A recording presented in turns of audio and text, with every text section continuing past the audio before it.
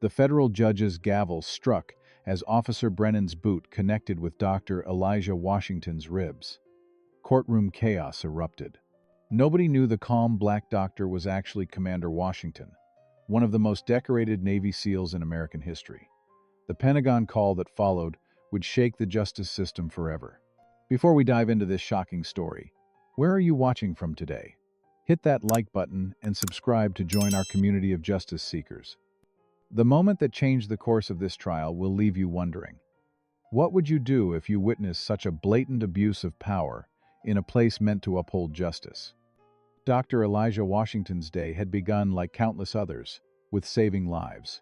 After a grueling 14-hour shift at Atlanta Memorial Hospital, the 42-year-old neurosurgeon was driving home in his midnight blue Mercedes, his mind still replaying the delicate brain surgery he had performed on a 10-year-old girl. The road was nearly empty at this late hour, stars visible above the Atlanta skyline as he navigated the familiar streets toward his Buckhead neighborhood. The flash of blue and red lights in his rearview mirror came as a surprise. Elijah checked his speedometer. He wasn't speeding. He signaled properly, pulled over smoothly, and placed both hands on the steering wheel in plain sight, a routine he had practiced countless times, not as a doctor but as a black man in America. Officer Ryan Brennan approached the vehicle with his hand already resting on his holstered weapon flashlight beam, aimed directly at Elijah's face. "License and registration," he demanded, without preamble, his tone immediately aggressive. "Good evening, Officer," Elijah responded calmly. "May I ask why I'm being pulled over?" Brennan's face hardened. "Broken taillight. License and registration now." Elijah knew his car was meticulously maintained. There was no broken taillight, but he remained composed. "Of course, officer. My license is in my wallet in my back pocket, and my registration is in the glove compartment. I'm going to move slowly to retrieve them." Brennan watched with suspicious eyes as Elijah carefully extracted his wallet and reached for the glove compartment. When the officer saw the Mercedes registration and Elijah's driver's license with MD clearly printed under his name, his expression shifted momentarily. "This your car, Washington?" he asked, emphasizing the last name with skepticism. "Yes, sir. I've owned it for 3 years." Brennan examined the documentation, then shined his flashlight around the interior of the luxury vehicle. "Pretty nice car for this neighborhood. Where'd you get the money for something like this?" The implication was clear, and Elijah felt the familiar weight of racial profiling settling on his shoulders. "I'm a neurosurgeon at Atlanta Memorial," he replied evenly. Brennan snorted. "Right, and I'm the Surgeon General. Step out of the vehicle now." Elijah's heart rate increased slightly, but years of performing surgery under pressure, and before that operating in combat zones as a SEAL, had taught him perfect control. "Officer, with all due respect, I've provided my identification and registration as requested. Unless you're detaining me for a specific reason, I'd like to know why I need to exit my vehicle." Brennan's face flushed. "That's it," he snapped, reaching for his radio.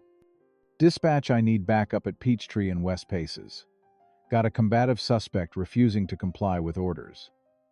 Elijah remained silent, knowing from experience that anything he said now would only be twisted against him. Within minutes, 2 additional patrol cars arrived. Officer Brennan briefed them away from Elijah's car, gesturing animatedly. One of the new arrivals, Officer Sophia Martinez, glanced toward Elijah with an expression that suggested discomfort with the situation. The 3 officers approached together. "Sir, exit the vehicle now," ordered Brennan. Elijah complied, moving deliberately, hands visible. "I'm cooperating fully, officers," he said calmly. "There seems to be a misunderstanding." Brennan moved behind Elijah, roughly grabbing his wrists and applying handcuffs with unnecessary force. Elijah winced as the metal bit into his skin, but maintained his composure. By now, lights had come on in nearby houses. An elderly woman in a bathrobe emerged onto her porch across the street. Mrs. Patterson, a 68-year-old retired schoolteacher who had lived in the neighborhood for decades. She held up her phone, clearly recording the scene. Other neighbors began to gather witnesses to the unfolding injustice. While Officers Martinez and the 3rd officer were speaking with some of the onlookers, Brennan conducted a search of Elijah's vehicle. What happened next would later be revealed by Mrs. Patterson's video. Officer Brennan, believing himself unobserved, quickly slipped a small plastic bag from his pocket and tucked it under the driver's seat of Elijah's car. Elijah, standing handcuffed nearby, saw the movement reflected in his car window. His jaw tightened, but he remained silent. Years of SEAL training teaching him to observe, remember, and choose the right moment to act. "Well, well, what do we have here?" Brennan announced theatrically, retrieving the bag he had just planted. He held it up for the other officers to see. "Looks like our doctor likes to get high when he's not cutting into people's brains." The other officers exchanged glances. Martinez stepped forward. "Where exactly did you find that Brennan under the driver's seat?" "Clear as day." Elijah spoke. Then his voice steady. "That's not mine, officers, and I believe Mrs. Patterson across the street has video of Officer Brennan planting that evidence." Brennan's face contorted with rage. He stepped close to Elijah, speaking low enough that only Elijah could hear. "Shut your mouth, boy. Nobody's going to believe you over me." The racial slur was whispered, but the hatred behind it was unmistakable. Brennan grabbed Elijah's arm and began marching him toward the patrol car. "You're under arrest for possession of controlled substances and resisting arrest." As Elijah was placed in the back of the police car, he caught Mrs. Patterson's eye. The elderly woman nodded firmly, holding up her phone to indicate she had captured everything. Elijah was transported to the precinct, his requests for a phone call denied. The handcuffs had been applied so tightly that his hands had begun to lose feeling, but his requests for medical attention were ignored. As a doctor, Elijah knew the potential for nerve damage, but as a former SEAL, he also knew how to endure. He sat silently in the holding cell, mentally preparing for the battle ahead, one that would be fought not with weapons but with truth. The fluorescent lights of the Atlanta Police Department's central booking facility buzzed overhead as Elijah Washington was processed into the system, fingerprinted, photographed, and officially charged with drug possession and resisting arrest. The booking officer avoided eye contact as he processed the paperwork, uncomfortable with the obvious disconnect between the distinguished-looking man before him and the charges being filed. In his office upstairs, Captain Thomas Williams reviewed the arrest report with growing concern. A 23-year veteran of the force, Williams had seen enough questionable arrests to recognize the red flags. A traffic stop for a dubious violation, an escalation without clear cause, and drugs conveniently discovered by an escalation without clear cause. Officer with a history of complaints. Williams pulled up Officer Brennan's personnel file on his computer, noting the 3 previous complaints of excessive force and racial bias, all dismissed after internal review. He rubbed his temples, feeling the familiar pressure that came with these situations. The department was already under scrutiny for racial disparities in arrests, and the last thing they needed was another controversy. But there was also the unwritten code. You protected your own. His desk phone rang, the caller ID showing the extension for Deputy Chief Harrison. "Williams," he answered. "Tom, it's Richard. Just got a call from the police union rep about this arrest Brennan made tonight."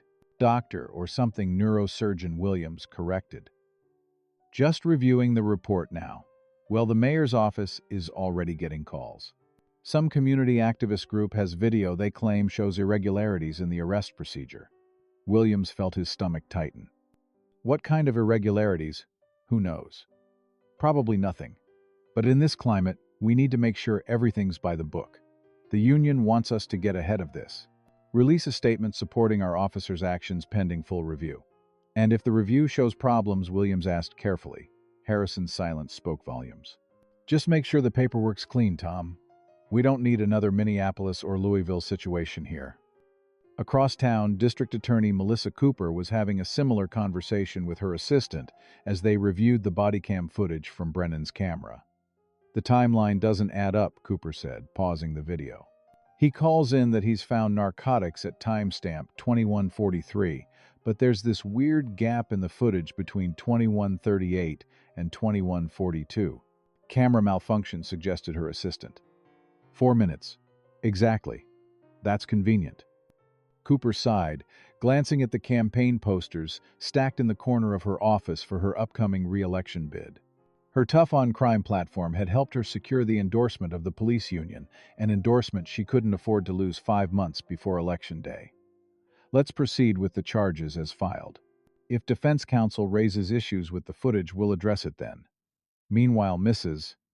Patterson, the elderly witness who had recorded the incident, arrived at the precinct with her nephew determined to provide her evidence to authorities. The desk sergeant regarded her with barely concealed impatience. "Ma'am, if you have information about a case, you need to fill out this witness statement form and someone will contact you. I have video showing that officer planting drugs in Dr. Washington's car misses." Patterson insisted, holding up her phone. "I need to speak with whoever's in charge of his case." The sergeant's demeanor changed instantly. "That's a serious allegation, ma'am. I'll need to take your phone as evidence." "I'm not surrendering my phone," Mrs. Patterson replied firmly. "I've already backed up the video to my cloud account. I just want to make sure it's properly included in the investigation." "Are you refusing to cooperate with police, ma'am?" the sergeant asked, his tone hardening. Mrs. Patterson's nephew stepped forward. "My aunt is trying to provide evidence of police misconduct. If you're unwilling to accept it properly, we'll take it to the FBI or the media." The sergeant's face flushed. "That sounds like a threat." "It's not a threat," Mrs. Patterson said calmly. "It's what I'll do if you continue obstructing justice." The standoff ended with Mrs. Houtnote Patterson leaving her contact information and a statement describing what she had witnessed, but without any acknowledgement that her video would be included in the investigation. After 8 hours in holding, Elijah was finally permitted legal representation. Sarah Chen, a 34-year-old attorney with the Southern Justice Initiative, arrived at the precinct, her expression shifting from professional detachment to shock when she met her client. Elijah Washington sat composed. Despite his circumstances, the surgical precision of his speech and demeanor immediately betraying his professional background. "Dr. Washington," she said, after their introduction, "I'm reviewing the charges against you, and frankly, they don't make sense given your background. You're a neurosurgeon at Atlanta Memorial." "Yes," he confirmed. "I was heading home after a 14-hour shift when I was pulled over." He detailed the events methodically, including his observation of Officer Brennan planting evidence. The neighbor across the street, Mrs. Patterson, recorded it. She was the one in the bathrobe on her porch. Sarah made notes rapidly. "Why do you think you were targeted?"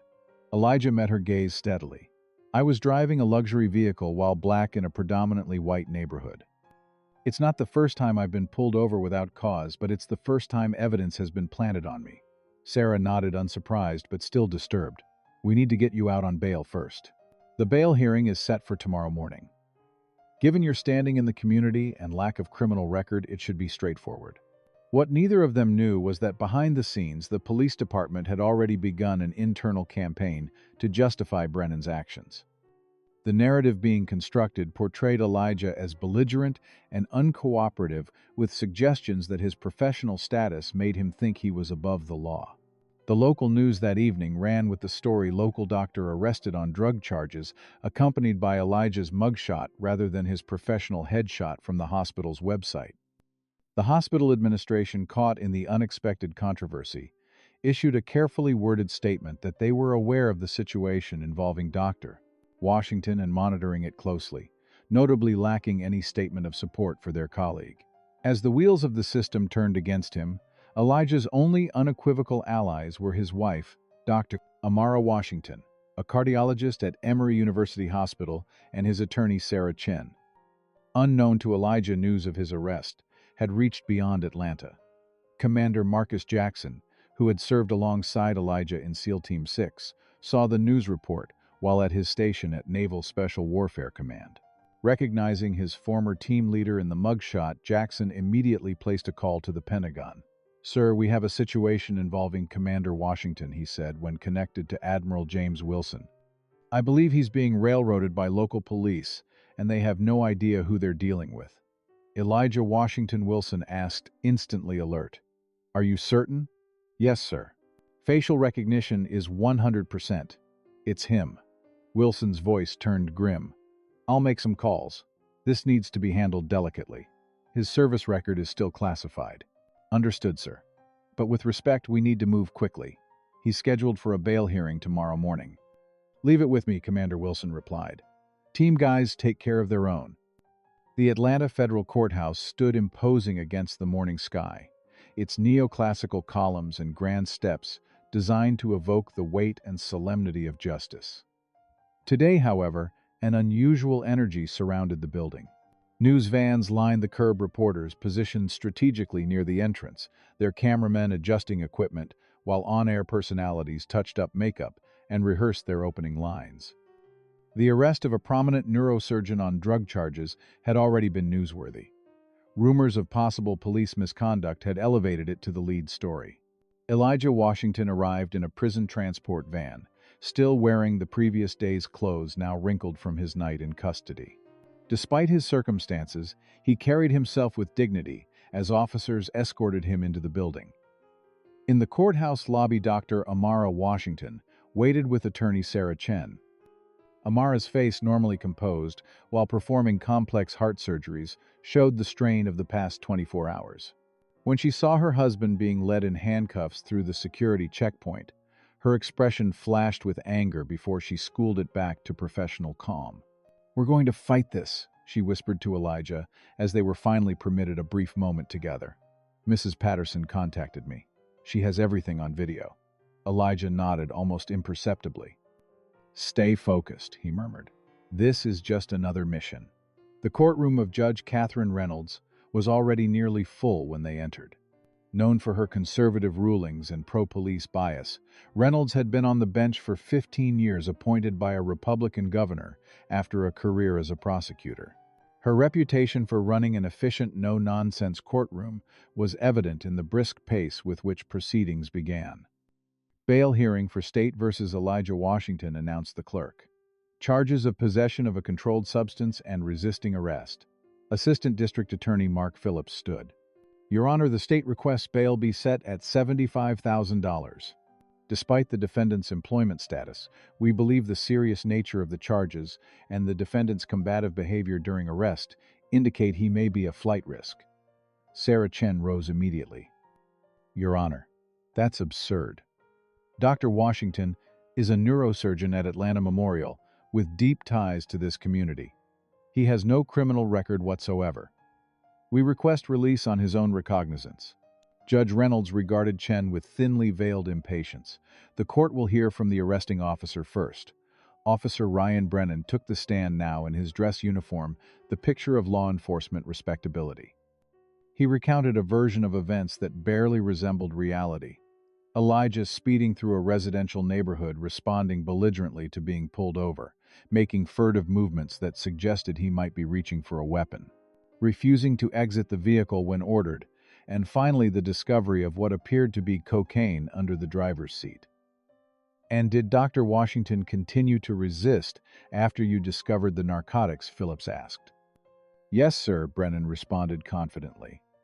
"He became verbally abusive, threatened me with his connections, and physically resisted being handcuffed. It took myself and 2 additional officers to subdue him." From her seat, Amara Washington clenched her fists so tightly her knuckles whitened. She had never known her husband to raise his voice, let alone physically resist anyone. As Sarah cross-examined Brennan, she methodically highlighted the inconsistencies in his testimony. "Officer Brennan, you testified that you pulled over Dr. Washington for speeding, yet the citation you issued was for a broken taillight. Which was it?" Brennan hesitated. "He was speeding initially, but I observed the broken taillight when I approached the vehicle." "And you've provided no radar reading to support the speeding claim," Sarah noted. "Moving on, you testified that Dr. Washington made furtive movements suggesting he might be reaching for a weapon. Was a weapon found in the vehicle? No, but yes or no, Officer Brennan. Was a weapon found? Number?" Sarah continued pressing, addressing the gaps in the body cam footage, the lack of drug testing on the seized substance, and the absence of any signs of injury to the officers, despite claims of physical resistance. As Brennan's testimony began to unravel, Judge Reynolds interrupted. "Miss Chen, while I appreciate thoroughness, this is merely a bail hearing, not a trial. Let's move on." At that moment, the courtroom doors opened, and Mrs. Patterson entered with her nephew. Sarah quickly requested permission to call her as a witness. "Your Honor, Mrs. Patterson was an eyewitness to the arrest and has video evidence directly contradicting Officer Brennan's testimony." Judge Reynolds frowned. "This is highly irregular for a bail hearing, Miss Chen." "So is perjury by a police officer, Your Honor," Sarah replied evenly. The courtroom tensed at the bold statement. After a moment of consideration, Reynolds denied the request. The court will not review video evidence at this time. That's a matter for discovery and trial. A murmur of discontent rippled through the spectator section. During a brief recess, Elijah was escorted to a holding area outside the courtroom. Officer Brennan appeared in the hallway, deliberately positioning himself near Elijah out of earshot of others. "You think you're smart, don't you?" Brennan hissed. "Bringing your fancy lawyer and witnesses. Nobody's going to believe them over a cop. When this is done, I'll make sure you never practice medicine again." Elijah met his gaze calmly. "Why are you doing this? You people need to know your place," Brennan replied, the hatred in his voice palpable. "Driving around in luxury cars thinking you're better than everyone else." Before Elijah could respond, a bailiff approached to return him to the courtroom. When proceedings resumed, Judge Reynolds invited Elijah to speak on his own behalf regarding bail. Rising slowly due to his still handcuffed wrists, Elijah addressed the court with the same precise, measured tone he used when explaining complex medical procedures to patients' families. "Your Honor, I am a neurosurgeon who has dedicated my life to saving others. I have never used illegal substances, never been arrested, and have no reason to flee. The charges against me are fabricated. Officer Brennan targeted me because of my race-planted evidence in my vehicle and is now lying under oath." As Elijah systematically dismantled Brennan's narrative, pointing out medical inconsistencies that only a doctor would recognize, the officer grew visibly agitated. Elijah noted the physical impossibility of him resisting in the manner described, while sustaining no injuries himself beyond the cuts from the over-tightened handcuffs which he displayed to the court.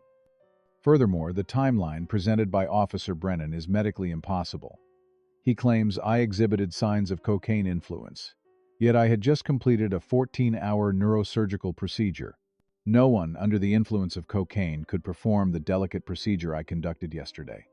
The surgical precision of Elijah's statement was having a visible effect on the courtroom and on Officer Brennan. The officer's face had flushed dark red, his breathing becoming rapid and shallow. As Elijah continued detailing the implausibility of each accusation with calm logic, Brennan suddenly lurched to his feet. "He's lying," he shouted.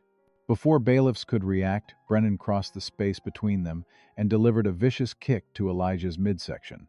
The force sent Elijah crashing to the floor as chaos erupted in the courtroom. Bailiffs rushed to restrain Brennan, who continued shouting racial epithets as he struggled against them. Judge Reynolds banged her gavel repeatedly. "Order, order in the court." When the commotion subsided, Elijah had been helped back to his feet by Sarah Chen, visibly in pain but still dignified. Incredibly, Judge Reynolds addressed him first, rather than his attacker. "Dr. Washington, what did you say to provoke Officer Brennan?" The question sent another wave of murmurs through the courtroom. Sarah Chen stepped forward, outrage evident in her voice. "Your Honor, my client was physically assaulted in your courtroom while in custody and handcuffed. He did nothing to provoke this attack except present facts that contradicted Officer Brennan's false testimony. I demand immediate action." Do you believe Judge Reynolds should have immediately held Officer Brennan in contempt for his outburst? Comment number 1. If you think the judge should have acted more decisively to protect Elijah in her courtroom. Like and subscribe if you're shocked by this blatant abuse of power happening in a place meant to uphold justice. What do you think will happen next? Will Elijah's true identity as a decorated Navy SEAL be revealed, or will the system continue to work against him despite the clear evidence of misconduct? The courtroom remained in turmoil. Bailiffs had restrained Officer Brennan, forcing him into a chair at the prosecution table, while he continued to mutter under his breath. Elijah Washington had been helped back to his seat by his wife, Dr. Amara, who was examining his ribs with professional concern. Judge Reynolds appeared uncertain how to proceed, her typical courtroom control shattered by the unexpected violence. Sarah Chen stood her ground, refusing to let the moment pass. Your Honor, I move for immediate dismissal of all charges against my client, and request that Officer Brennan be taken into custody for assault and perjury. The judge's face tightened. Miss B.A. Chen, this court will determine the appropriate. At that moment, 1,000 miles away at the Pentagon, Admiral James Wilson was concluding a series of urgent phone calls that had begun the previous night. As the commanding officer of Naval Special Warfare Command, Wilson had immediate access to the highest levels of military and civilian leadership. What Commander Jackson had revealed about Elijah Washington's situation had set in motion a rapid response protocol reserved for extraordinary circumstances. "Get me the Attorney General," Wilson directed his aide after confirming details with the Department of Defense legal team. "Then connect me to the Chief Judge of the Northern District of Georgia. This stops now." Within minutes, the DoD's top lawyers had prepared a briefing for the Attorney General, outlining the classified nature of Washington's service record and the national security implications of his case. The Attorney General, recognizing the severity of the situation, immediately contacted the federal courthouse in Atlanta. Back in Judge Reynolds' courtroom, the bailiff approached the bench with an unusual interruption. "Your Honor," he said quietly, "there's an urgent call for you from the Chief Judge's office. They say it's a matter of national security." Reynolds frowned, unused to having her proceedings interrupted. "We're in the middle of a hearing," she began, but something in the bailiff's expression gave her pause. "Fine. 5-minute recess."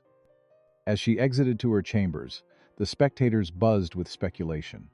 Elijah remained calm, though a flicker of understanding crossed his features. In her chambers, Judge Reynolds picked up the secure line. "This is Judge Reynolds." The voice on the other end was clipped and authoritative. "Judge Reynolds, this is Chief Judge Michael Harrington. I have the Attorney General of the United States on the line regarding the case currently in your courtroom." Reynolds straightened instinctively. "The Washington bail hearing. What possible interest could the Attorney General have in a local drug case?" "I'll let him explain," Harrington replied, and the line switched over. "Judge Reynolds, this is Attorney General Robert Griffith. I'm calling regarding Dr. Elijah Washington." The Attorney General's voice was grave. "I've just been briefed by the Department of Defense on a matter of national security pertaining to your defendant. The individual in your courtroom is not merely a neurosurgeon. He is Commander Elijah Washington, formerly of Naval Special Warfare Development Group, what civilians know as SEAL Team 6. His service record remains highly classified, but I am authorized to inform you that he is a Medal of Honor recipient whose actions have been vital to national security." Reynolds sank into her chair, the color draining from her face. I had no idea. Few people do. That's by design." Commander Washington transitioned to civilian life after sustaining injuries during a classified operation. The Department of Defense takes an extraordinary interest in ensuring he is treated fairly. The implication was clear. This was not a request. "What do you need me to do?" Reynolds asked her. Judicial independence suddenly feeling much less absolute. "A Navy JAG Corps attorney, Commander Michael Hayes, is en route to your courthouse by military helicopter as we speak. He has the authority to present Commander Washington's service record to you in camera. Until he arrives, I strongly advise you to ensure no further harm comes to Commander Washington and to reconsider the matter of his detention." When Judge Reynolds returned to the courtroom, the transformation in her demeanor was immediately apparent. Her face was pale, her movements stiff with what appeared to be shock. "This court is in recess for 30 minutes, she announced without explanation, then added Officer Brennan is to remain in custody of the court bailiffs until further notice. The courtroom erupted in confused murmurs as she quickly exited again. Within 20 minutes, a commotion outside the courthouse drew attention as a military helicopter landed in the adjacent park. From it emerged a man in the crisp uniform of a Navy commander carrying a secure briefcase handcuffed to his wrist. He was escorted into the building by federal agents who had appeared seemingly from nowhere. When court resumed, the naval officer was seated at a new table positioned between the prosecution and defense. Judge Reynolds addressed the court with a markedly different tone than before. "In light of new information presented to this court, we will be proceeding differently than planned." District Attorney Cooper approached the bench along with Miss Chen and Commander Hayes. The three attorneys huddled with the judge, their conversation inaudible to the spectators. District Attorney Cooper's expression shifted from confusion to disbelief as Commander Hayes opened his briefcase and showed her a document. She stepped back, visibly shaken, and nodded. The judge then made an announcement that stunned the courtroom. "Bailiffs place Officer Ryan Brennan under arrest for assault evidence, tampering, filing false reports, and violation of civil rights under color of law." As a shocked Brennan was handcuffed, with the same restraints he had placed too tightly on Elijah's wrists the night before. Judge Reynolds continued. Furthermore, all charges against Dr. Live with Head Niter 60A, Elijah Washington, are dismissed with prejudice. Dr. Washington, you are free to go with the court's sincere apologies for your treatment. The spectators erupted, reporters rushing from the courtroom to break the story. Brennan shouted as he was led away. What the hell is happening? You can't do this. Do you know who my family is? Sarah Chen turned to Elijah with bewilderment. What just happened? She whispered. Elijah simply shook his head slightly, a gesture that clearly meant not here. As the handcuffs were removed from Elijah's wrists, Commander Hayes approached him, standing at a position of attention that civilians might not recognize, but that spoke volumes to Elijah.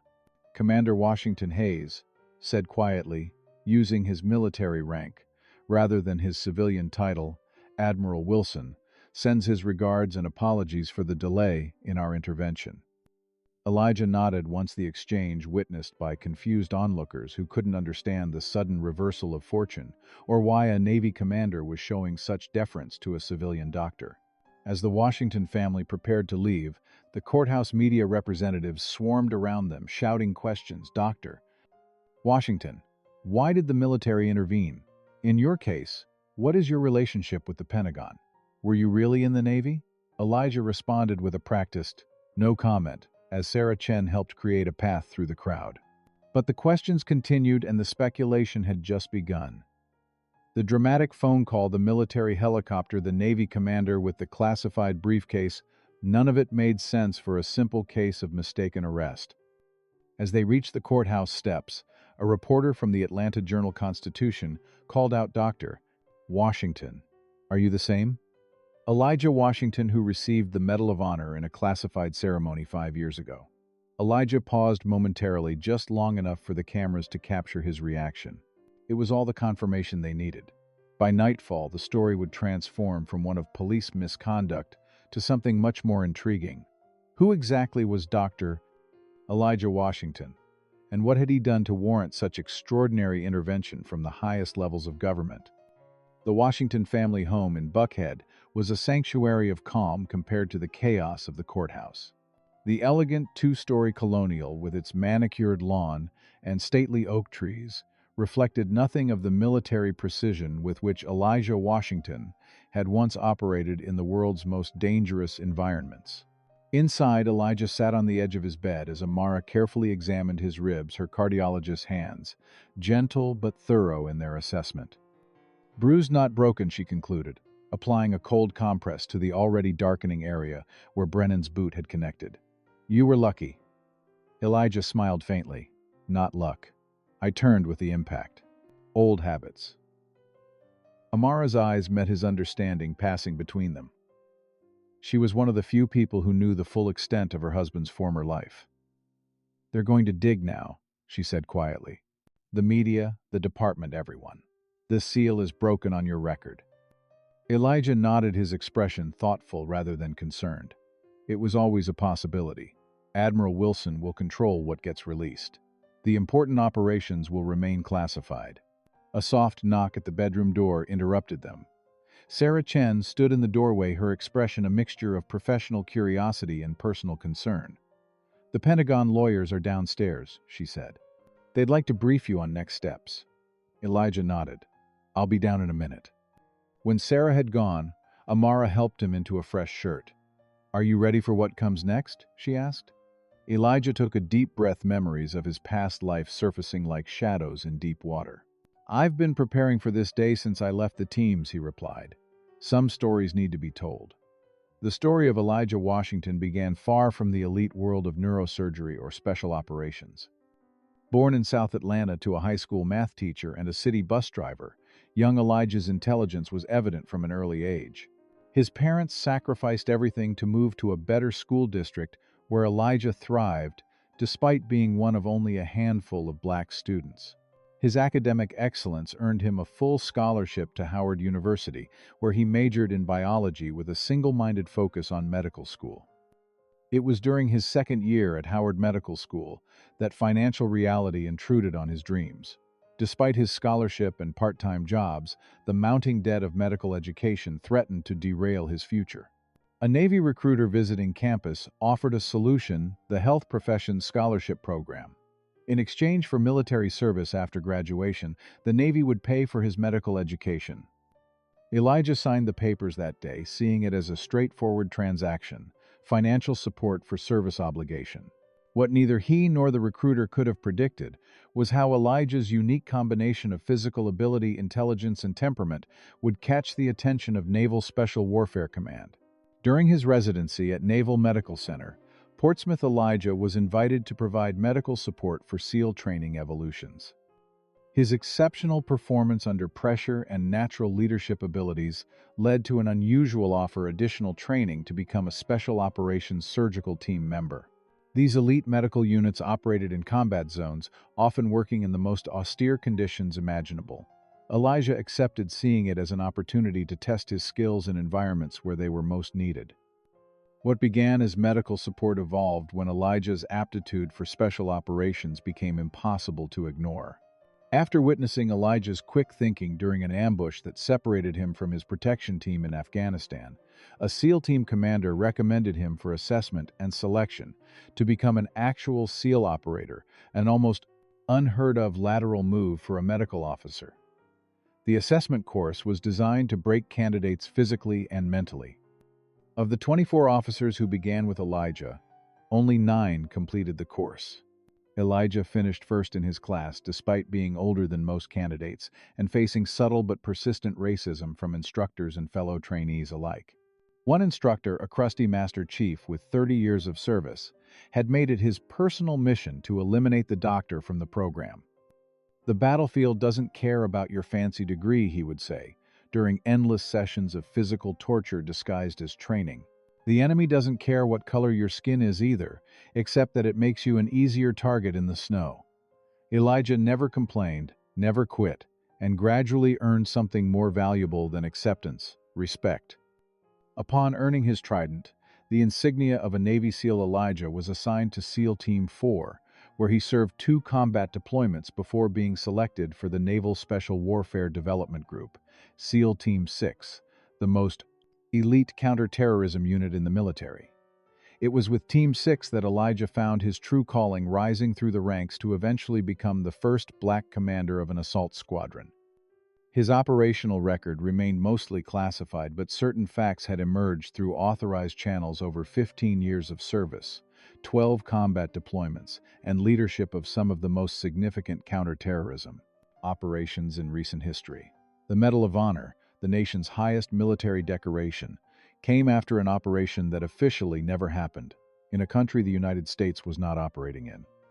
What could be acknowledged was that Elijah's actions had saved the lives of his entire team and dozens of hostages while suffering severe injuries that required 6 months of rehabilitation. Those injuries eventually led to his medical retirement and return to his original passion: medicine. Using his GI Bill benefits and savings, Elijah completed an accelerated neurosurgery fellowship, eventually joining the staff at Atlanta Memorial. His military background remained known only to those with a need to know, allowing him to build a new life focused on healing rather than warfare. Throughout his extraordinary career, one constant remained: the regular experience of racial profiling and discrimination despite his service and status. Whether in uniform or out, Elijah had been pulled over by police more times than he could count, always for trivial or non-existent infractions, always with the same underlying suspicion that a black man in a nice car or an affluent neighborhood must be doing something illegal. Each time Elijah responded with the same disciplined restraint he had shown Officer Brennan. It wasn't fear that motivated this restraint. Few men on earth had less to fear in physical confrontations than a former SEAL Team 6 commander. Rather, it was a philosophy of quiet strength of discipline as a form of resistance. "There are 2 ways to fight injustice," he had once told a young black SEAL candidate struggling with similar experiences. "You can destroy what's in front of you, or you can become so exceptional they can't ignore you. Both have their place." In the elegant living room of his Buckhead home, Elijah now sat surrounded by military and civilian officials, discussing which parts of his service record would be declassified to explain the extraordinary intervention in his case. The story that would emerge would be carefully curated, enough to establish his credentials without compromising operational security. "The nation owes you a debt it can never fully repay," Commander said, one of the Pentagon officials. "The least we can do is ensure you don't suffer further injustice." Elijah's expression remained measured, betraying none of the complex emotions beneath. "What about the systemic issues this case reveals?" he asked. "My situation was resolved because of who I am and the connections I have. What about all the others who don't have the Pentagon on speed dial?" The officials exchanged uncomfortable glances. "That's beyond our purview, sir." Elijah nodded, having expected the answer. "Then we have more work to do." The story exploded across the nation with the force of a precision strike. Black neurosurgeon revealed as decorated Navy SEAL after police misconduct read the headline of the Atlanta Journal-Constitution. The New York Times followed with Pentagon intervenes in case of racially profiled war hero, while Fox News took a different angle. Medal of Honor recipient, targeted by rogue officer, not systemic racism. Every major network led with some version of the story, the dramatic courtroom confrontation and military intervention, providing irresistible visuals. Cable news panels debated every angle from police reform to military overreach in civilian affairs. While Elijah Washington had retreated to the privacy of his home, refusing all interview requests, Officer Ryan Brennan's history was being meticulously excavated by investigative journalists. The Atlanta Journal-Constitution's investigation revealed a pattern of complaints against Brennan that had been systematically downplayed or dismissed. "Officer named in Washington case has history of racial complaints," their headline declared, detailing 7 previous allegations of excessive force against black citizens over Brennan's 8-year career. None had resulted in disciplinary action. A deeper dive by ProPublica uncovered Brennan's concerning social media history, including membership in private Facebook groups with racist content and posts mocking victims of police violence. Most damning was the revelation that Brennan's uncle was a deputy commissioner in the department, suggesting a potential explanation for the officer's apparent immunity from consequences. Police Chief Gerald Morris, a 28-year veteran of the force who had risen through the ranks during an era when such behavior was often overlooked, found himself thrust before cameras at an emergency press conference. Visibly uncomfortable, Morris attempted to control the narrative. "This is an isolated incident involving one officer who failed to uphold our standards," he insisted. "The Atlanta Police Department does not tolerate racism or misconduct of any kind." His words rang hollow as reporters bombarded him with statistics showing racial disparities in the department's arrest and use of force incidents. The breaking point came when someone shouted, "Have you seen Mrs. Patterson's video?" Yet Morris's hesitation before answering told the public everything they needed to know. Mrs. Patterson, the elderly witness whose video evidence had been initially dismissed, had become an unexpected hero in the unfolding drama. After being turned away by the police department, her nephew had helped her upload the video to social media, where it quickly went viral. The footage clearly showed Officer Brennan planting evidence in Elijah's car, contradicting the official police report and Brennan's sworn testimony. The 80-second clip had been viewed over 12 million times within 24 hours. Amid the growing scandal, protests formed outside police headquarters and the courthouse. What began as a few dozen demonstrators swelled to thousands by the third day, their signs demanding justice for Elijah and reform APD. Now, the protest remained peaceful, but determined, drawing participants from across the demographic spectrum. The image of a decorated war hero and brilliant surgeon being assaulted in court had crossed political and racial lines in a way few incidents could. On social media, the hashtag number Justice for Elijah trended nationally, with celebrities, politicians, and ordinary citizens sharing the story and calling for accountability. Conservative media outlets attempted to focus solely on Elijah's military service while downplaying the racial aspects of the case. American hero disrespected became their preferred framing, with some commentators going so far as to question whether Elijah had somehow provoked the situation. These attempts at reframing were swiftly countered by an unexpected source. Admiral James Wilson appeared on several news programs in full dress uniform, adorned with his own impressive array of decorations.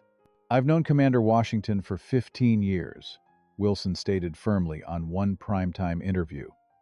"He is the embodiment of our core values: honor, courage, and commitment." The suggestion that he would ever conduct himself inappropriately with law enforcement is absurd to anyone who knows him. When one host attempted to question the veracity of Elijah's military record, Wilson's response was ice cold. "I commanded naval special warfare when Commander Washington led some of the most critical operations in our nation's recent history. I personally recommended him for the Medal of Honor.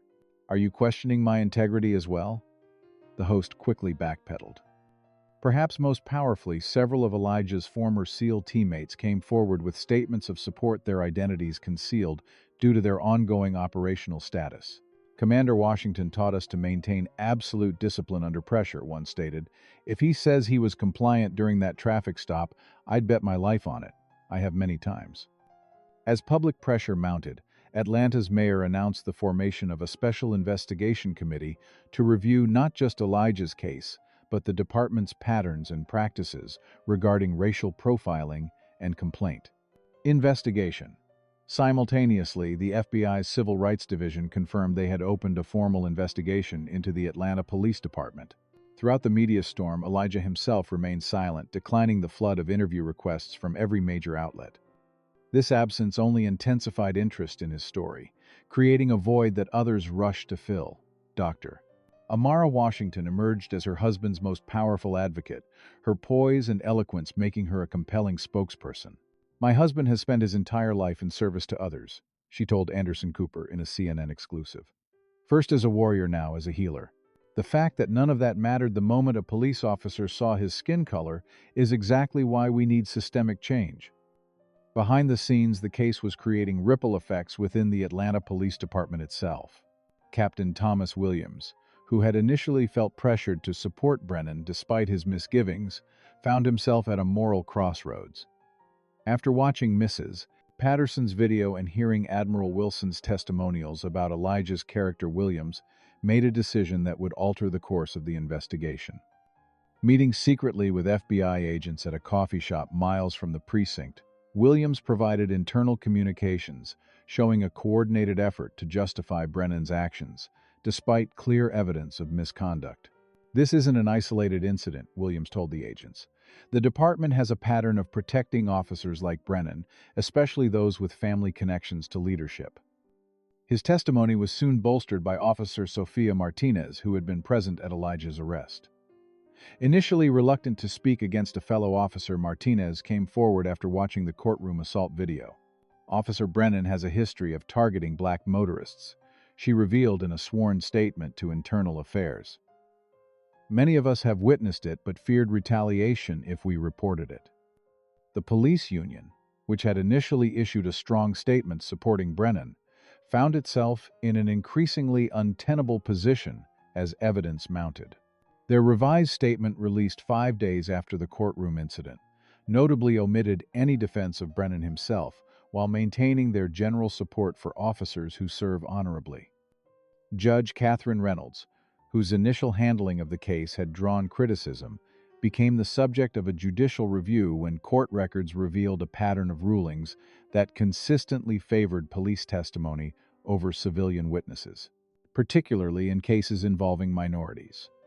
The Georgia Bar Association called for an investigation into whether her conduct reflected bias incompatible with judicial office. As pressure mounted from multiple directions, District Attorney Melissa Cooper faced her own political crisis. Her primary challenger immediately made the Washington case a central campaign issue, criticizing Cooper's initial decision to proceed with charges despite the questionable evidence. Facing a potential election loss, Cooper announced that her office would conduct a comprehensive review of all cases involving Officer Brennan and his close associates on the force. By the end of the week, the department's Internal Affairs Division had opened investigations into 12 other officers associated with Brennan, examining their arrest records for similar patterns of misconduct. What began as a single incident of injustice was rapidly expanding into a systemic reckoning. Do you believe more officers like Martinez should come forward when they witness misconduct, even if it means risking their careers? Comment number 1. If you think police officers have a duty to report their colleagues' wrongdoing, regardless of the blue wall of silence. Like and subscribe if you're following this unfolding story of justice delayed but not denied. The question remains, how deep does this corruption go? And will anyone, beyond Officer Brennan, be held accountable for the systemic failures that allowed him to operate with impunity for so long?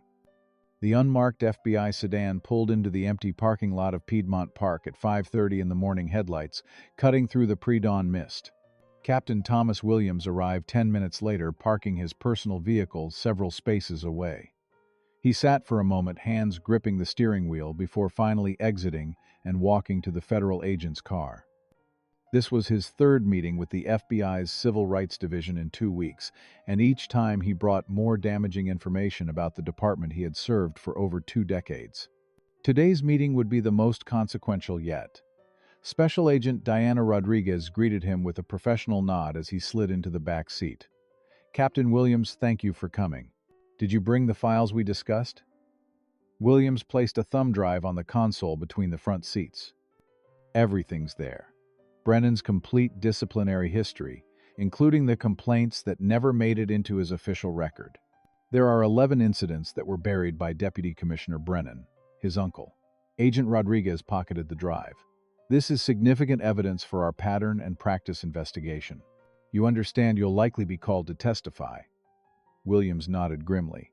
"I've made my peace with that. The department I joined wasn't perfect, but we had principles. Somewhere along the way, we lost them." As Williams provided his detailed testimony, Officer Sofia Martinez was facing her own moment of truth across town. After coming forward about Brennan's history of targeting black motorists, she had been ostracized by many of her colleagues. Her locker had been vandalized with the word "rat" spray-painted across it, and several officers refused to respond to her calls for backup. Despite this, Martinez sat in the Internal Affairs office reviewing body cam footage from dozens of Brennan's traffic stops. This one from March shows the same pattern she explained to the IA investigator.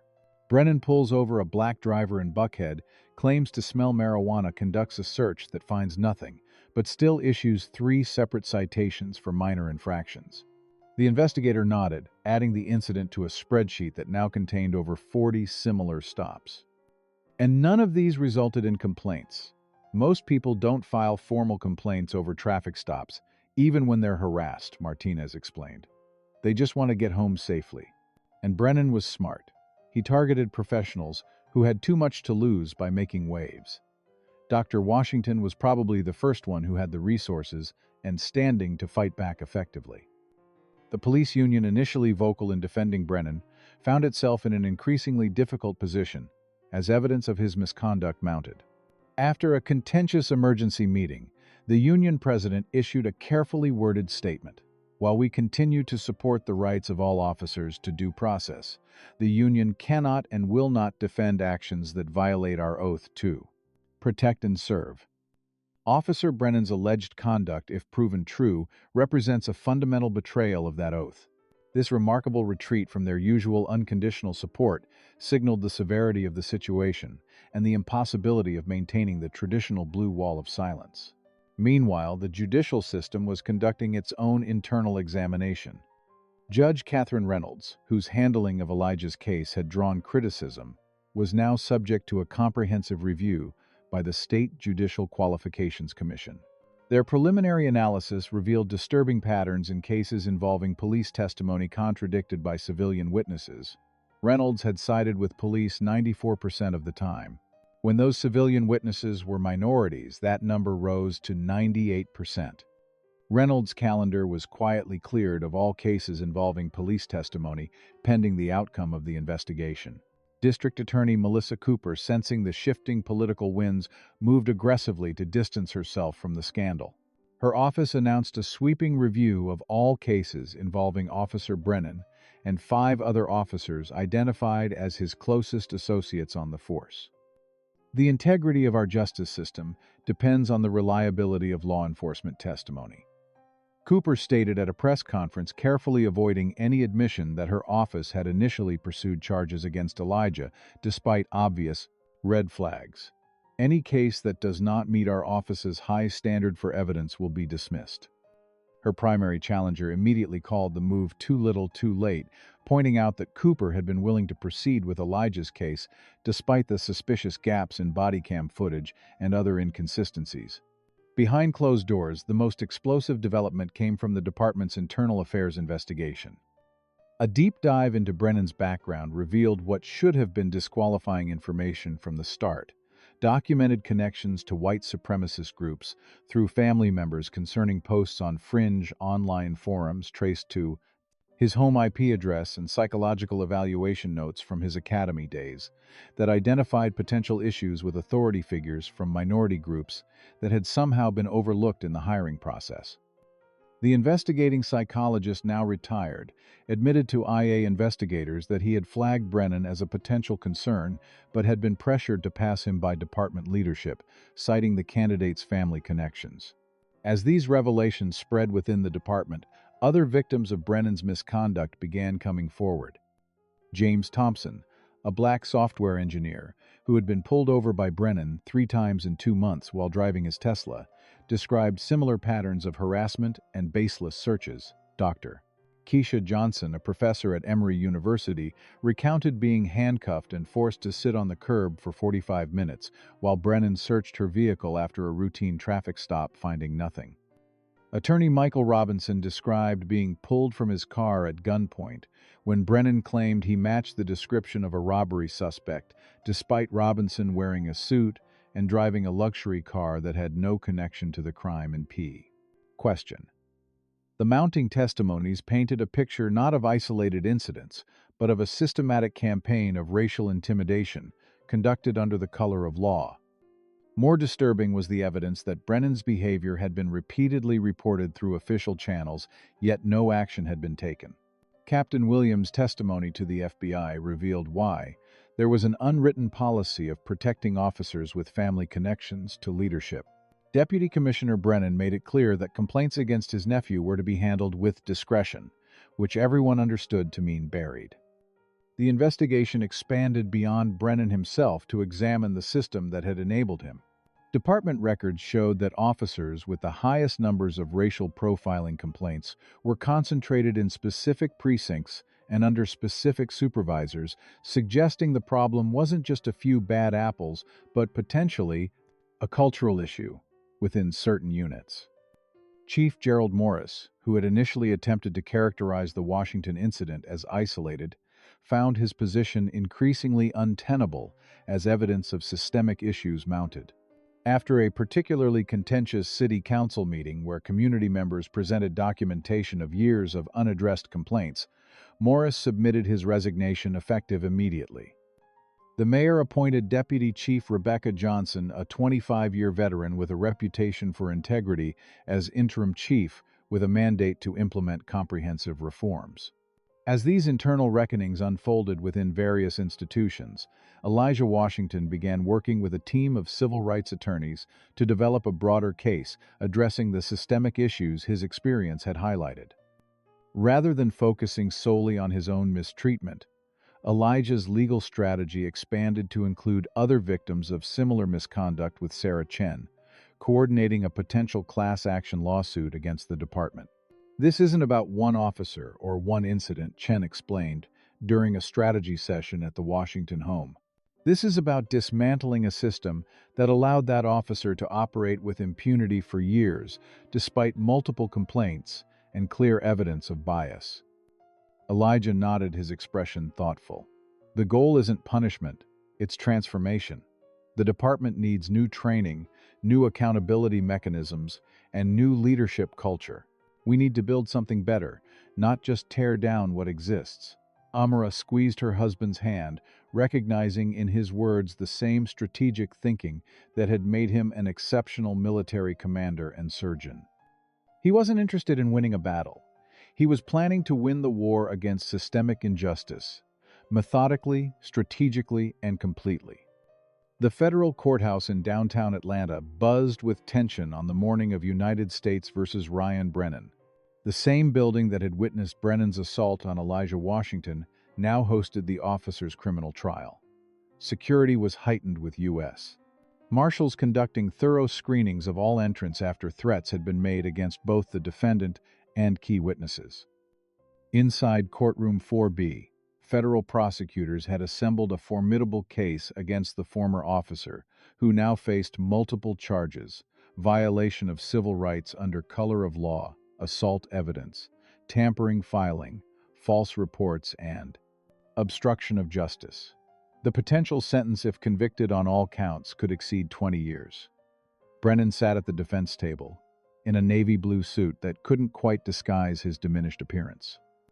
The 7 weeks since his arrest had transformed the once arrogant officer into a haggard figure, the confidence in his impunity shattered by the mounting evidence against him.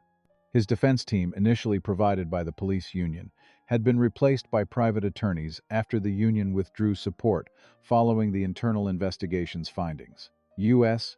Attorney Caroline Mitchell opened the government's case with a powerful statement. This trial is about trust. The trust we place in those who wear the badge. The trust that laws will be enforced fairly and equally for all citizens. Ryan Brennan betrayed that trust, repeatedly and deliberately targeting citizens based on race-falsifying evidence and ultimately assaulting a respected doctor and decorated military veteran in a courtroom when his lies were exposed. The defense strategy quickly became apparent: paint Brennan as a dedicated officer making split-second decisions in a dangerous job, and subtly suggest that Elijah Washington, despite his credentials, had somehow presented as threatening. Officer Brennan has served this community for 8 years, placing himself in harm's way daily, his attorney argued. The prosecution's case relies heavily on the word of a man trained in combat techniques who admitted to being part of classified military operations. Who truly represented the greater potential threat in that encounter? The suggestion drew audible murmurs of disbelief from the gallery. As the trial proceeded, prosecutors methodically dismantled every aspect of Brennan's version of events. The complete body camera footage, enhanced by FBI technical experts, clearly showed Brennan planting evidence in Elijah's vehicle. Backs, a momentary blur that might have been dismissed as camera movement, was revealed frame by frame to be Brennan, removing something from his pocket and placing it under the driver's seat. Forensic analysis of the seized drugs found Brennan's DNA on the packaging, but none of Elijah's, further confirming the evidence had been planted. Expert witnesses from policing backgrounds testified to the impossibility of Brennan's claims. Based on the body camera footage, Dr. Washington complied with every lawful order promptly and respectfully, stated former Chicago Police Superintendent Marcus Bell. There was no legal basis for the search of his vehicle, no probable cause for arrest, and certainly no justification for the level of force used during handcuffing. The prosecution called a series of former colleagues who reluctantly testified about Brennan's history of racist comments. Officer Kevin Rodriguez described hearing Brennan refer to black neighborhoods as animal zones and brag about targeting thugs in nice cars. Sergeant Amy Peterson recounted Brennan's anger after being temporarily assigned to a predominantly black precinct, including his comment that he didn't become a cop to serve those people. Captain Thomas Williams provided the most damaging testimony, methodically outlining the departmental culture that had protected Brennan despite numerous complaints. There was an understanding that Officer Brennan was untouchable due to his family connections, Williams stated. Complaints against him were routinely downgraded or dismissed entirely. This wasn't just favoritism. It was a systematic subversion of accountability mechanisms. Mrs. Patterson finally had her day in court as well, the elderly teacher describing what she had witnessed from her porch and explaining why she had felt compelled to record the encounter. "I've lived in that neighborhood for 42 years, she said firmly. "I've seen too many black men mistreated by police who thought nobody was watching. That night, somebody was." Her complete video evidence, authenticated by FBI analysts, contradicted Brennan's account at every turn. When Brennan himself took the stand, the decision quickly proved disastrous for his defense. Under Mitchell's skilled cross-examination, he repeatedly contradicted his previous statements, growing increasingly agitated as she highlighted each inconsistency. "You testified that you pulled Dr. Washington over for speeding. Yet your initial report cited a broken taillight. Which was it, Mr. Brennan? I observed both violations, Brennan insisted. Why does neither your written report nor your verbal radio call mention speeding? I must have forgotten to include it in the heat of the moment. Just as you forgot to mention drawing your weapon during the stop, Mitchell pressed. That's different. Officer safety. Let's discuss officer safety. Mitchell interrupted, displaying a still image from the body camera. Is this Dr. Washington, with his hands clearly visible on the steering wheel? Yes, but... And at this point, had he made any threatening movements whatsoever, you can't see everything from that angle. Mr. Brennan, the jury has watched the complete footage. There is not a single moment where Dr. Washington does anything but comply with your instructions. Yet you escalated a routine traffic stop into an arrest with potentially life-altering consequences. Why is that Brennan's face flushed? He was disrespectful. In what way? His tone. The way he looked at me. So it was his tone and his look that justified falsifying charges against him. The most damaging moment came when Mitchell introduced text messages recovered from Brennan's phone showing conversations with fellow officers about deliberately targeting black drivers in affluent neighborhoods. Let's go hunting in Buckhead tonight. Read one message sent hours before Elijah's arrest. These rich ones think they're untouchable. Love to see their faces when the cuffs go on. As the prosecution's case neared completion, they called their final and most anticipated witness, Dr. Elijah Washington. The courtroom fell silent. As Elijah took the stand, his bearing dignified, yet approachable in a simple charcoal suit. Unlike his previous court appearance, this time he was treated with the respect his position commanded, with even the defense attorneys addressing him as Dr. Washington or occasionally Commander. Elijah recounted the events of that night with clinical precision, his testimony aligning perfectly with the video evidence and contradicting Brennan's account at every turn.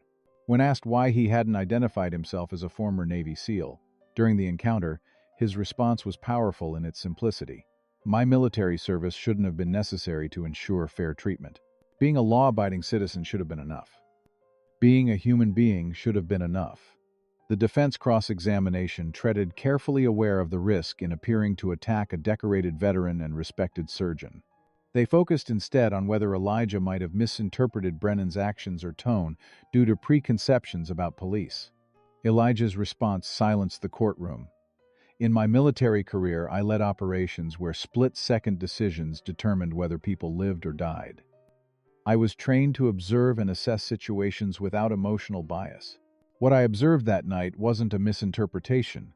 It was a deliberate pattern of escalation, intimidation, and ultimately criminal conduct by Officer Brennan. After 7 days of testimony, the case went to the jury. They deliberated for just 4 hours before returning with their verdict, guilty on all counts. As the verdict was read, Brennan slumped in his chair, the reality of his situation finally seeming to penetrate. The sentencing hearing was scheduled for 2 weeks later. When that day arrived, Judge Raymond Ortiz delivered a powerful statement before announcing the sentence. Mr. Brennan, you were entrusted with a badge that represents justice, protection, and service to all citizens equally. You betrayed that trust repeatedly and deliberately. Your actions reflect not only personal failings, but the failings of a system that enabled your misconduct. The sentence I impose today must reflect both the harm you've caused and the message that no one, especially those sworn to uphold the law, is above it. Brennan was sentenced to 15 years in federal prison, one of the harshest sentences ever imposed for civil rights violations by a police officer. As Brennan was led away in handcuffs, Elijah remained seated in the gallery, his expression not triumphant but thoughtful. This case had never been about revenge for him. It was about accountability, about systems change, about ensuring that what happened to him wouldn't happen to others without consequence. In the quiet moment after the courtroom cleared, Elijah turned to Amara and Sarah Chen. "This is just the beginning," he said quietly. "One case won't change the system. But it's a start." 6 months after Ryan Brennan's sentencing, Atlanta had changed. The spring cherry blossoms around the city seemed to symbolize the renewal taking place within its institutions of justice. On a bright April morning, Elijah Washington stood at a podium in City Hall Plaza. addressing a diverse crowd gathered for the launch of the Washington Justice Initiative, a foundation established to provide legal support to victims of police misconduct and advocate for systemic reforms. This foundation isn't about punishment. Elijah explained, his surgeon's hands resting lightly on the podium. It's about healing.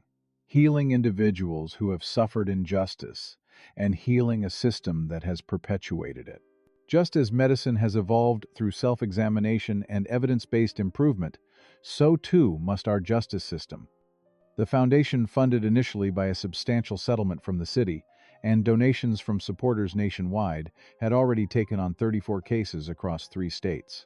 But Elijah's vision extended beyond individual legal victories to fundamental systemic change. Behind him on the stage sat partners in this vision. Sarah Chen, now heading the Civil Rights Division of a major law firm, Mrs. Patterson, whose courage in recording and sharing evidence had made her an unlikely civil rights icon at 70, and interim police chief Rebecca Johnson, whose leadership was transforming the Atlanta Police Department from within. The department itself was undergoing a profound evolution. Chief Johnson, with the mayor's full support, had implemented sweeping reforms, a new early warning system to identify officers with patterns of concerning behavior, mandatory body cameras with strict penalties for deactivation, civilian oversight with actual disciplinary authority, and most significantly, a complete restructuring of the Internal Affairs Division, now led by the recently promoted Captain Sofia Martinez. The officers who had initially ostracized Martinez for breaking the blue wall of silence now found themselves marginalized instead, as the department's culture gradually shifted toward transparency and accountability. Those who had protected Brennan and officers like him faced their own reckonings. Deputy Commissioner Edward Brennan, Ryan's uncle, had resigned under pressure, as investigations revealed his role in suppressing complaints. Judge Catherine Reynolds had been removed from the bench following the judicial review that confirmed her pattern of biased rulings. District Attorney Melissa Cooper had lost her re-election bid to a reform candidate who promised to prioritize justice over conviction rates. Captain Thomas Williams, whose testimony had been crucial to both Brennan's conviction and the broader departmental reforms, now consulted nationally on police accountability structures, helping other cities learn from Atlanta's painful experience and subsequent transformation. The city's approach to policing was becoming a model studied by departments across the country. A new training program focused on de-escalation, implicit bias recognition, and community engagement had been implemented, with Elijah himself occasionally speaking to cadet classes about the importance of seeing citizens as individuals, worthy of dignity and respect, regardless of their appearance or neighborhood. The Department of Defense had made the unprecedented decision to award Elijah the Outstanding Civilian Service Medal, recognizing his contributions to justice reform as an extension of his military service to the nation. Admiral Wilson, now retired, had presented the medal in a ceremony that acknowledged Elijah's unique journey from warrior to healer to justice advocate. On a more personal level, Elijah and Amara were expecting their first child, a daughter they planned to name Hope, a testament to their belief in the possibility of positive change even in the face of deeply entrenched problems. Their home, once surrounded by news vans and protesters, had become a quiet sanctuary again, though Elijah now regularly hosted small strategy sessions with civil rights leaders, reform-minded police officials, and community organizers. After months of declining interview requests, Elijah had finally agreed to one exclusive conversation with a respected journalist known for thoughtful, nuanced reporting. Rather than focusing on his mistreatment, Elijah used the platform to discuss solutions. We need police officers. We need them to be well-trained, well-supported, and held to the highest standards. The goal isn't to vilify law enforcement, but to transform it into what it should be, a service that protects and respects all communities equally. The most profound circle closure came 6 months after Brennan's sentencing, when Elijah was invited to address the graduating class of the Reformed Police Academy. Standing before 200 new officers, preparing to take their oath, Elijah shared his unique perspective as someone who had worn both the uniform of a Navy SEAL and the white coat of a surgeon. In both my careers, I've lived by a code that puts service above self, he told the cadets. The badge you'll receive today represents a similar commitment.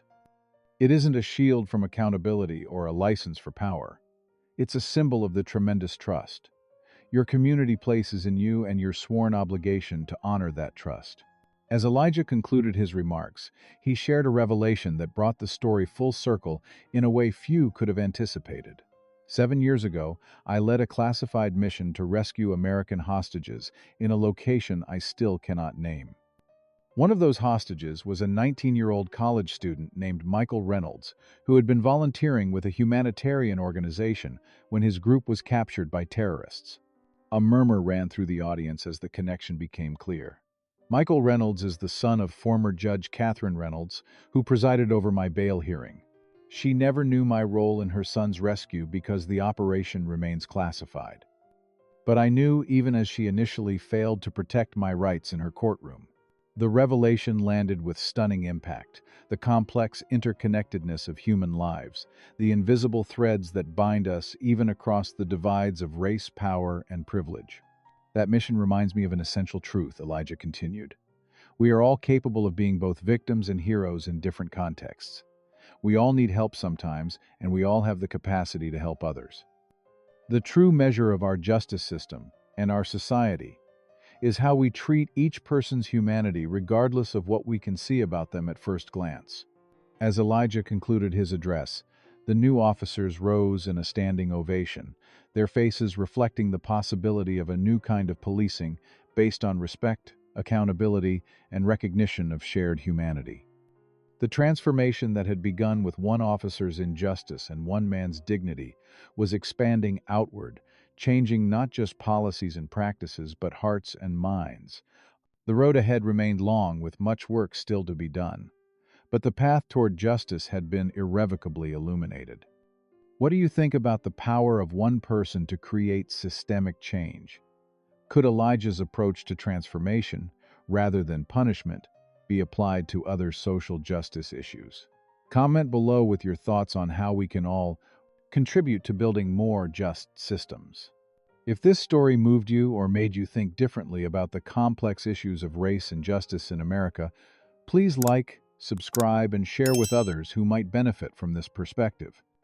Thank you for joining me on this journey through the badge of injustice, the story that reminds us how a single moment of injustice can ultimately lead to profound and necessary change. This powerful story reminds us that true justice requires both individual courage and systemic change. Dr. Elijah Washington's experience demonstrates that even those who serve our nation at the highest levels aren't immune to racial profiling and discrimination. His response, maintaining dignity while strategically fighting for accountability, shows that resistance doesn't always mean aggression. Sometimes it's exhibited through unshakable composure and strategic action. The case highlights how institutions protect their own until forced into transparency by irrefutable evidence and public pressure. Mrs. Patterson's video recording proved that individual witnesses can catalyze massive change when they refuse to stay silent. We also learned that transformation requires addressing root causes, not just punishing individual actors. By focusing on reforming the system rather than seeking revenge, Elijah created lasting impact beyond his personal vindication. Perhaps most importantly, this story reveals our interconnectedness, how Judge Reynolds unknowingly owed her son's life to the very man whose rights she failed to protect. This powerful coincidence reminds us that justice isn't abstract. It's about recognizing our shared humanity despite superficial differences. What moment in this story resonated most deeply with you? Was it Elijah's remarkable composure during injustice, Mrs. Patterson's courage in recording evidence, or the systemic changes that followed? Comment below with your thoughts on how ordinary citizens can help build more accountable justice systems in their own communities. If you believe these conversations about justice reform matter, please hit that subscribe button to join our community of thoughtful storytellers and changemakers. Like this video if you found value in Elijah's approach of transformation over retribution, and share it with someone who might need this perspective. Thank you for engaging with difficult but necessary conversations about justice in America. Remember that each of us has the power to stand for what's right even when it's not easy.